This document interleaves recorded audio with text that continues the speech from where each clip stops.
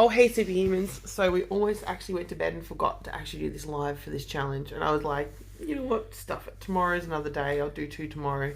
But they made a particular rule that we're not allowed to do that. So better stick with it and do the thing and talk the topic. But we did get the download when we found out about the topic and we were driving in the middle of nowhere and had this delicious conversation about it. So the topic for today that was put to the group to do our lives on was who's been the major influences, who influences you.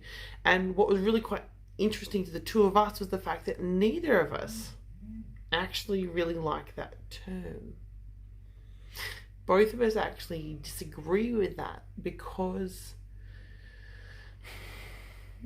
I can't think of anyone who influences me. It's more like people inspire us to think different perspectives, to ponder different constructs, to attempt different processes and different elements of living.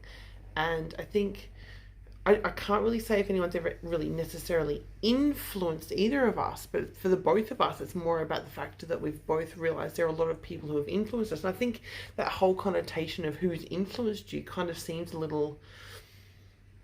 Well, I feel like when we're looking at the big influences, and most people look at some of the big social media people that are massive and huge and have this massive following, where in essence, everyone can have a little bit of an influence in a way. However, if you own your space and you own you, and that being your superpower, maybe inspire, but we're not necessarily looking towards these people to change or to help us grow. We're looking for growth within ourselves and using our own self to be the guidance rather than looking for someone to change the way we do things. So I feel like in a lot of ways people do influence everything you do at the same time as they don't. When you own your space, and you don't necessarily have to change from where you are. Yeah, I would definitely go with that. It's like people influence you in a perspective, but it's your choice as to whether or not you take that on board and allow that to become something that you envelop, you digest and choose to utilize. And I think that choosing an influencer feels too much like you've allowed someone to take too much control or too much impact in your life. I think we're such free spirits and we have so much capability and so much within us. And ultimately, if you really look at it, everyone that's around us, everyone that we take witness to, everyone's perspectives that we let have an inspiring impact on us, it's all a divine mirror of what's actually truly within us. And you wouldn't actually notice that being or that person or that process or how they show up in the world. You wouldn't notice it if you actually didn't have a aspect, a glimmer, a fraction. Fragment? Fragment, that's the word I was looking for. A fragment, considering the other conversations we've had. A fragment of who you are. You wouldn't see that perspective in someone else if you didn't already have it within yourself. So I think influence to me feels a little off because there's so many other great terminologies or words or aspects we could utilize in that side of things of going, hey, look at you mirroring that aspect of me that actually is glimmer, that may need a little bit more nurturing, but I wouldn't say necessarily influence. No, and I think in the 21st century, we tend to think about influencer in the way of so much like any of these... Hashtag amazing. or anyone that's huge socially, or that's well known in the media world, or well known in the social scenes and anything like that, that seem to be what we would consider an influence. When I look at a lot of influence slash inspirations, or a lot of these things that people tend to look up to, it tends to put them on a bit of a pedestal and leaves you with a feeling of being less than. And I feel like that's a pretty big problem. I really would try and step away from anything that leaves you with a feeling of being less than. And in honesty, there's that point for me that there's no one that I really look up to. There's people that I'll take lessons from, and I would always take lessons from anyone that I feel like is in a better spot than myself. I as we've talked about, I wouldn't take fighting lessons off someone that I feel like I could take on easily in the ring. There's the same way as you wouldn't...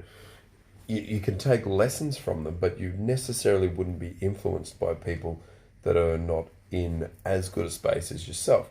Again, with that point of being not less than. Yeah, that was a big one today that we discussed, was pedestaling people, because I think that's where we think that there's this there's this lack mindset within ourselves of, and this ridiculous desire to aspire to be someone else, where it's like, actually, how can you take that bit of inspiration, that person, that glimmer, that shard, that aspect of another being and their greatness that actually resides within you? How can we take that aspect and nurture and nourish it, and take that inspiration and be a little bit more in that direction while it serves you?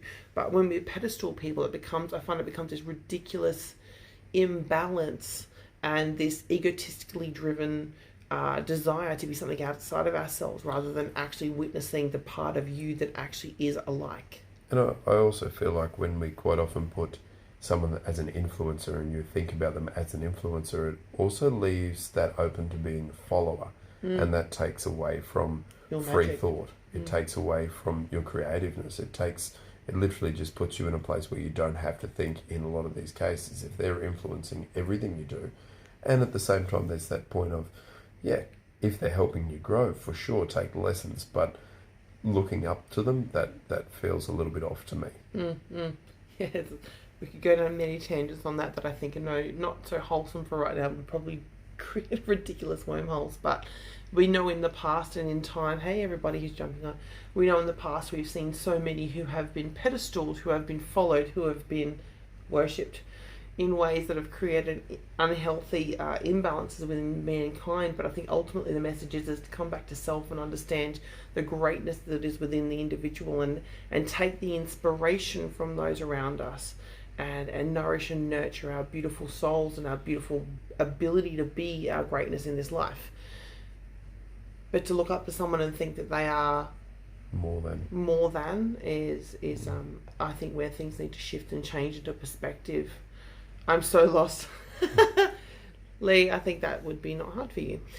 Love. But no, the conversation really is about, I don't think that we need to sit there and try and be inspired by someone. What was the original terminology? It was Looking for who is the influencer. Influence, yeah. Who had the greatest influence on you?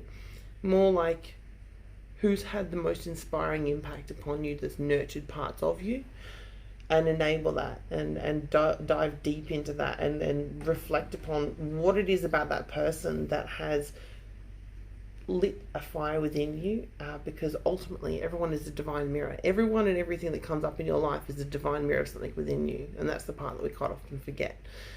We don't need to be influenced by others. We need to remember that we're being inspired by others' greatness and reflecting that upon ourselves. And just stick with that, peeps. No pedestaling. I don't think you guys need to find the influence of anybody else. It's more about just realizing that the greatness is within. Discover yourself and be that. Yeah, just do you. Just do you. Anyway, we thought we'd better get this in before we pass out. Day 3. Apparently there's 30 in total. So you'll be seeing more of us.